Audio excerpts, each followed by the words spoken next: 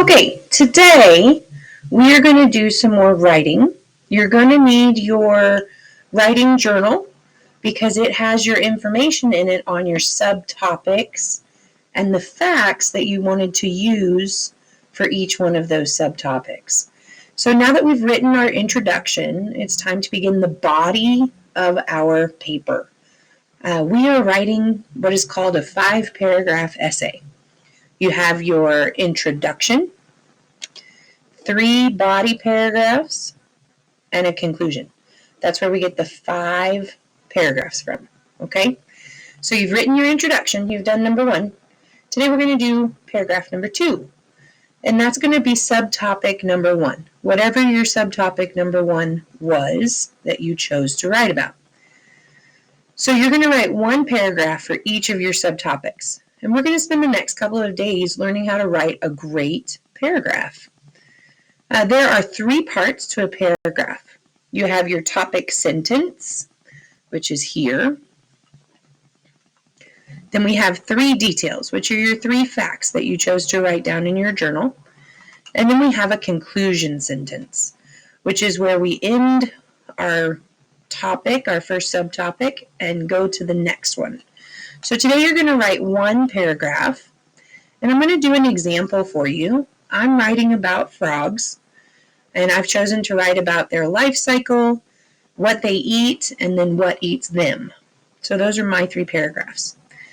In your introduction paragraph, the one you wrote on Friday, you wrote a topic sentence. And your topic sentence was about the whole paper. It was everything that you were going to tell your reader.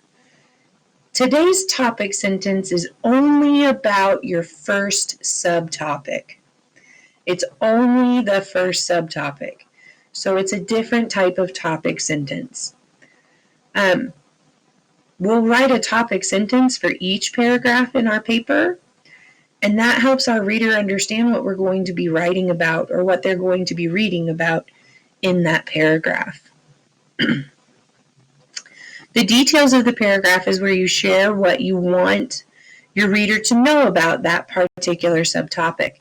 So in my paragraph, I'm going to write about the life cycle of a frog. So my 3 details need to be about the life cycle of my frog. And then finally, we have a conclusion sentence. And the conclusion sentence wraps up this paragraph and refers back to the topic sentence. So I need to say something along the lines of, now that we know about the life cycle of a frog, let's talk about what frogs eat. That's probably what I'm going to end up typing. Always refer back to your information, all your data that you already have written down, your facts and stuff about your animal. And remember, today we are only writing about the first subtopic.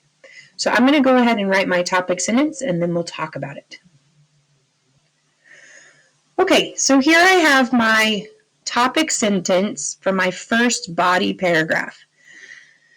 It says, all frogs, no matter what kind, go through the same life cycle. So I've introduced to my readers what I'm going to be talking about, and that would be the life cycle. And since this is a second paragraph, I've also indented. I put that space before my first word so that my reader knows that, hey, we're starting a new topic. So this paragraph is going to be all about the life cycle of my frog. Let me write a detail sentence next. The detail sentence is going to tell them the first part of the life cycle in my case, because that's what I'm talking about. So I want to start at the beginning. I think I'm going to use a sequence text structure. So I go from the first step to the second step to the third step and then final step in the life cycle. So let me write my first sentence and then I'll show you what I'm talking about.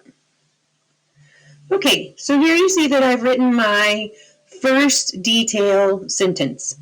And remember, I'm talking about the life cycle of a frog. So I'm going to read from the beginning up here at my topic sentence, and then I'll read into my first detail sentence. It says, all frogs, no matter what kind, go through the same life cycle. All frogs begin as eggs. Eggs are laid in the water on blades of grass near the bank. That's a good detailed sentence, It tells the first step in a life cycle, and then it gives a little bit of description. It tells where the eggs are laid. Okay? Now I need to move on to my second detail sentence, which is where frogs begin to turn into a froglet, which is where they develop legs, but they still have a tail. So, oh no, I forgot the tadpole. First it's the tadpole and then the froglet. So, I have 2 more sentences to write. I'm going to start with detail sentence number 2. Remember, so far I have the topic sentence and detail sentence number 1. Now I'm going to write detail sentence number 2 and 3. Okay, I've gone ahead and written my other 2 detail sentences, and I'm going to go through this.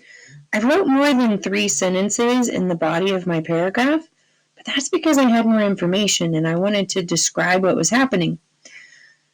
When you write an informational piece, you want your reader to know the information about that specific subtopic. So I'm talking about the life cycle in this paragraph. So everything that I wrote about is about the life cycle of a frog. So let me read this to you.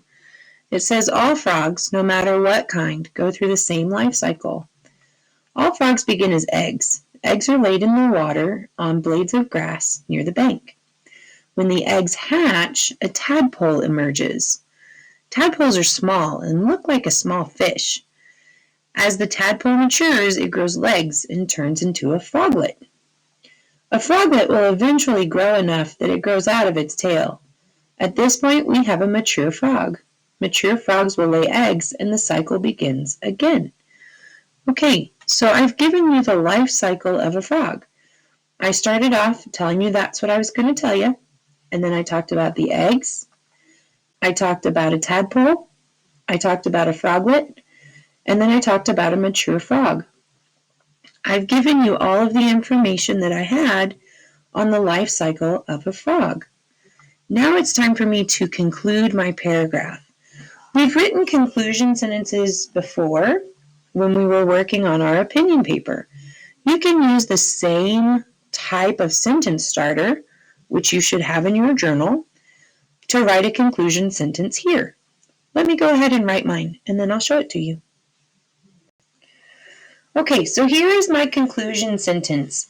In a conclusion sentence for a body paragraph, you want to make sure that you restate your topic for what your paragraph was about.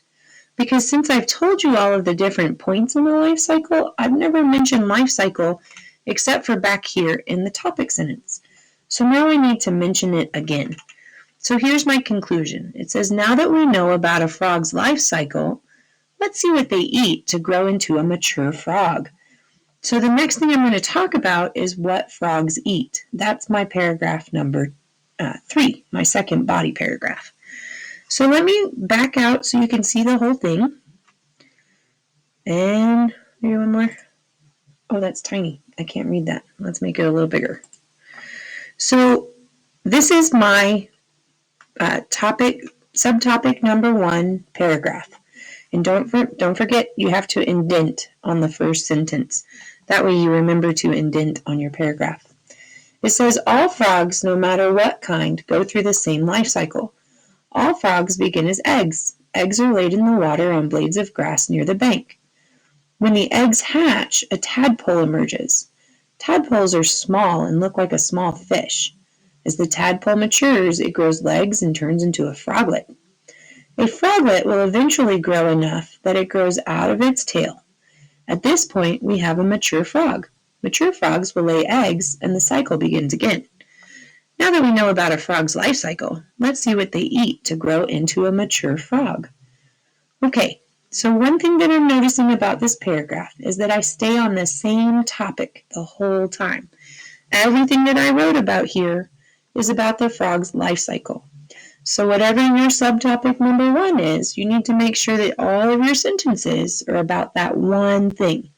In mine, it was life cycle. On yours, it might be breeds of dogs, or where the dodo bird lives, or how horses grow. I'm not sure what your first subtopic is, but make sure you stick to it in this paragraph. Today, I'm asking you to write your first subtopic body paragraph. you have this page on your class kick. Make sure that you write this down in your journal as well so that you have it, okay? So you're going to be writing this on class kick and in your journal. Make sure you hear that. All right, I can't wait to see what you guys come up with. You're doing a fabulous job. Keep up the good work.